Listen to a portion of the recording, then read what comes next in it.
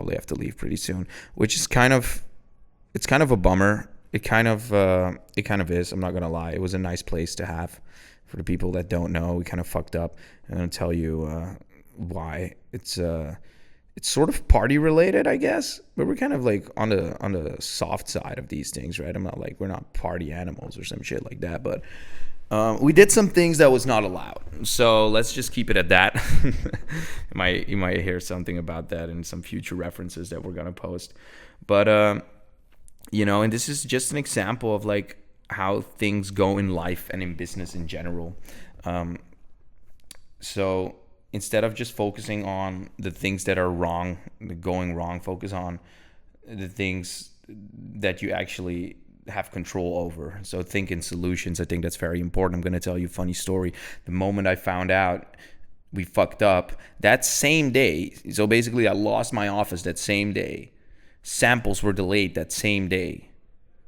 Maybe I did a great turnover financially, but that same day my fucking car got destroyed. I couldn't even get home. I had to wait another fucking hour to get an Uber home, and now I don't have a fucking car for a short period of time. And then I have to fix all this bullshit with insurance. Also, it doesn't matter, but so okay, things can go south really quick when you think you have something good going on. Like we had a pretty consistent pace for like a few good weeks, or like okay shit, now we're finally getting the roll back in, like we're the ball's rolling again, whatever, fuck not. And then it just hits you like that. Honestly, like it sounds like a big thing, and for a lot of people it would be like losing your spot that you loved, that you didn't have for a long time, that you finally settled down in, and the same day losing your car and like hearing some fucked up shit. Yeah, did it bother me? Honestly, it felt like I was doing the right thing, because I know when these things happen, the things that I don't have control over, and they're like, I know there's something bigger waiting for me at the horizon. And it accounts for everything. It accounts for like getting the challenges fixed that you wanted to fix, getting like the huge turning points, like for example, the things that you wanted to do, like your ambitions, your goals, right? Like having your goals and then getting to that point where you actually succeed on your goal.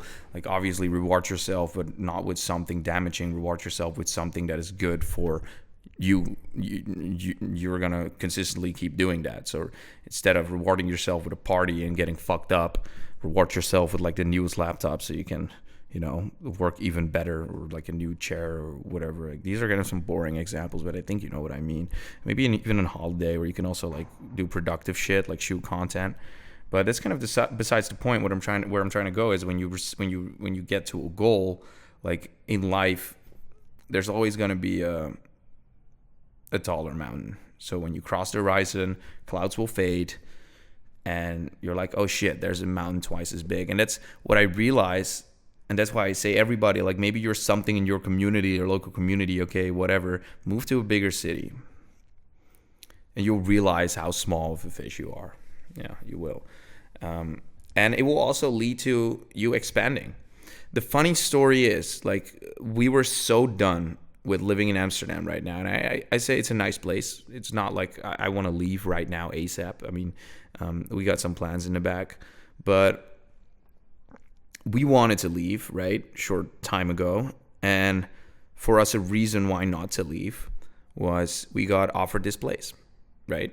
So for me, that was, okay, shit, let's stay. Let's make the best out of this.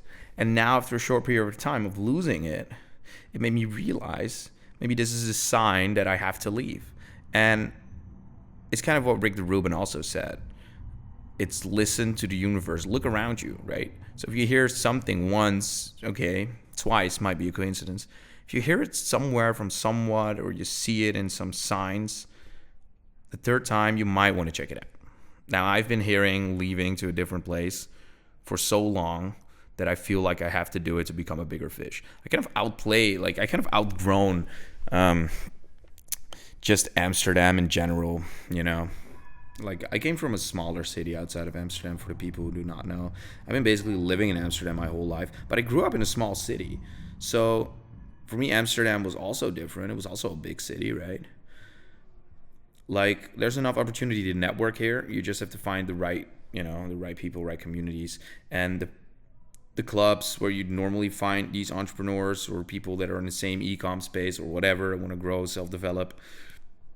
I think there's too much of a party vibe here going on. Like, I don't know what it is. It's like, actually, I do know what it is. People are living towards getting smashed. That's what it is. And obviously, you can find some people that don't do that here. But if you truly believe in self-development, like, you're not really going to choose Amsterdam as a city. Like, it's known for that type of shit. And the worst thing is, yeah, you can avoid it, but it's still known for like all of the drugs and drink and like weed. Like, you know, like, this is the first thing when I say I'm from Amsterdam. It's the first thing I hear from people, right? So that definitely has some spiritual like weight towards it. Definitely, it cannot just be not that if that's what it's known for, right? So subconsciously, that's also going to be triggering. But what have we been doing? Well, I'm sitting on this couch, which is amazing, and I'm gonna miss this couch so much. And we got it from fucking fourth story from some pharmaceutical company, which I don't even know the name from. The people were nice, and we helped them carry it downstairs. I mean, they helped us because I saw this couch and it was like, whoa, this is the coolest couch ever. Like, what the fuck? I need this couch. It's a modular couch. Or, no, it's not modular actually. I mean, it has a separate piece, so maybe that makes it modular. But it's more like the design is very abstract. It's very abstract design. Does it sit nicely? It's kind of like a waiting couch, honestly.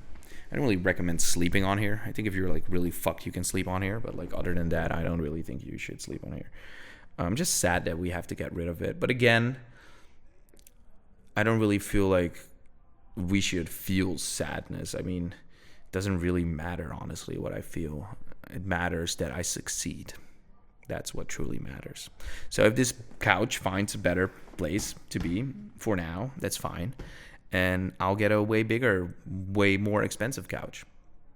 Maybe not now, maybe not next month, maybe not next year, but it will eventually happen. And that's what I'm going to follow up on.